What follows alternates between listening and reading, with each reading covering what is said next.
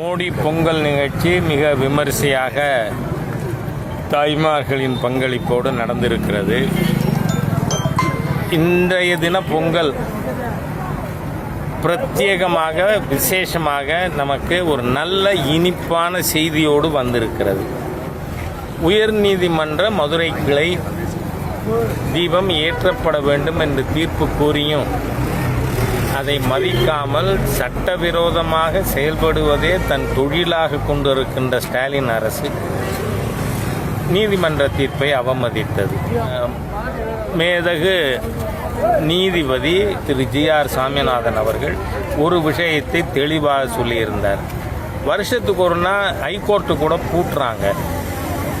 காரணம் என்ன? இது எங்களுடையது என்பதை தெரியப்படுத்துவதற்கு. அந்த மாதிரி இது தீபம் ஏற்றுவது என்பது மாத்திரம் பிரச்சனை இல்லை.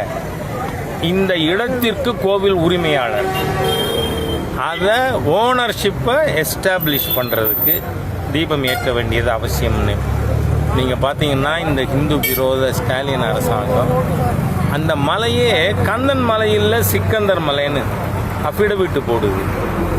இந்த தீபம் ஏற்றுறதுக்கு எதிராக நீதிமன்றத்தில் வழக்காடியது முஸ்லீம் தரப்பு இல்லை, யாரோ சமூக அமைப்பு இல்லை, அறநிலையத்துறை. அதுக்கு பேர் என்ன? அந்த மாதிரி அதுக்கு பேர் ஹிந்து சமய அறநிலையத்துறையா, ஹிந்து விரோதத்துறை அது. ஆகவே இன்னைக்கு தீர்ப்பை மாநில அரசு உடனடியாக செயல்படுத்த வேண்டும் அப்படின்னு கேட்டுக்கிறேன் நான்.